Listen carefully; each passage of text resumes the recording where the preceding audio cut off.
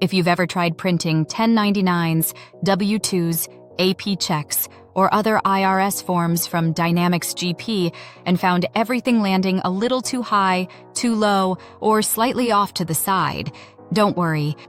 This is one of the most common GP questions we see, and luckily, it's one of the easiest to fix. GP treats these as pre-printed forms, which means it's filling in boxes on physical paper. And because printers, drivers, and Windows versions change over time, the alignment can get thrown off. Instead of modifying the report, you can quickly correct the alignment using GP's built-in Preprinted Forms adjustment tab. Here's how to get everything lined up. Start by sending your report to the screen, not straight to the printer. From the screen output, click Print.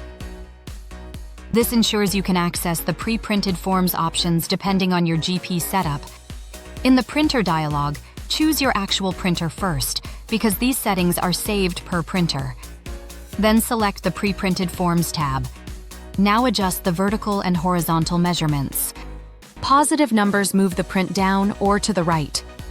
Negative numbers move it up or to the left. For example, if everything prints a little high, entering something like 0.15 on the vertical will shift the whole page down by that amount.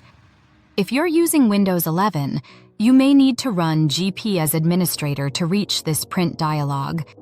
Just right-click the GP icon, choose Run as administrator, and reopen your print window. And if you're printing IRS forms like 1099s or W-2s, make sure you switch the form type to single feed.